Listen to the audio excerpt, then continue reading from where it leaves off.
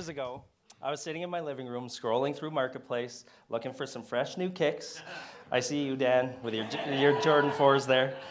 Steph was undecorating the Christmas tree, and the kids were finally in bed, heading back to school the next day, when I found a message sitting in my inbox from a man claiming to be my biological father. After 35 years without him, I never thought this moment would actually come. I was in shock, overwhelmed with emotion, and completely speechless. So the thought of dealing with abandonment, rejection, and not being good enough always felt like a black hole to me. No beginning, no end, and no guarantee if there was ever a way out. So the next couple of years were full of attempts to deal with this black hole of dad pain that I carried and I buried. But now it was finding its way to the surface. So a few attempts that I tried completely failed. I kept thinking I could do it on my own. I had big, strong shoulders. But my first attempt, I hid behind my wall. We were expecting baby number 4, and my work stress was at an all-time high. And my plate was completely full, but my pain wasn't going anywhere. So I went on parental leave. Truly, I could do it now, because I didn't have the work stress. Nope. I had 4 kids now. We were in a pandemic, and then we were also homeschooling at the same time. There was no quiet moment at my house. So later, I ended up preaching at Camp Evergreen, and I didn't want to share a lot of the story that I was going through, because I was not sure if it was having a happy ending.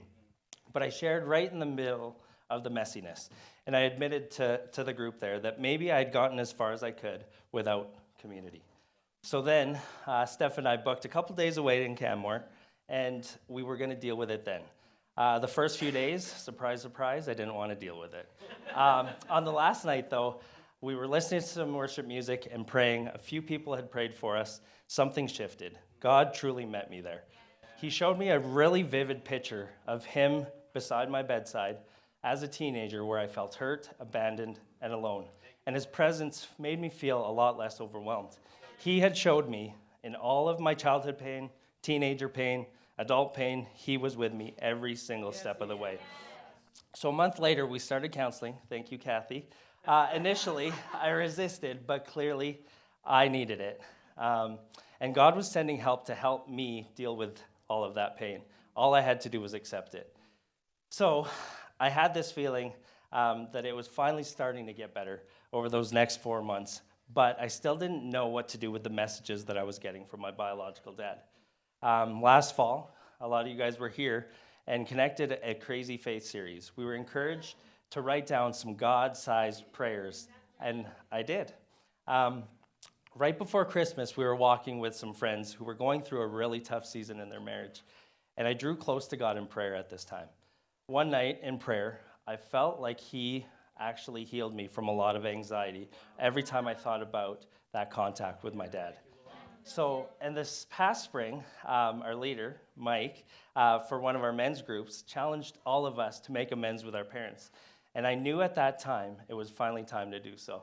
So, you probably don't share the same story that I do, but I can imagine some things in your life probably feel like they're too big to deal with, and your coping strategies aren't really healing your pain. Romans 8:28 has always been my life verse, and I once believed it, but now I can truly say that I've lived it. It says, "And we know that in all things God works for the good of those who love him, who have been called according to his purpose." So here's what I want to invite you to believe in today, that God can use the not so good, that doesn't feel good, for good, if you will only trust him. As I did, the next thing he told me to do so, always a little reluctant, but God has started to heal my pain little by little. So what about you? Are you guys willing to take that on and trust God with the not so good that don't feel good and use it for good? So some of the things that I learned through all of it was you can't work your way out of some of your weaknesses. You can't heal some of those hurts. You can only bury your brokenness for so long before it resurfaces. So, big thing is, you can invite God's presence into that pain, and all you have to do is follow him out of it. He can use that pit that you're in, and he can use it for your platform. So what changes when we all believe that God can do all things for good? So remember that Crazy Faith series? Here's a few answered prayers from that. So in the past 4 months, with the Holy Spirit's help, I've been able to forgive my dad, make amends with him, even meet him on FaceTime, make amends with my mom, and even say yes to a call from God to plant a church in Airdrie. So I know God uses all things for good, and I want you to know that as well. Thank you.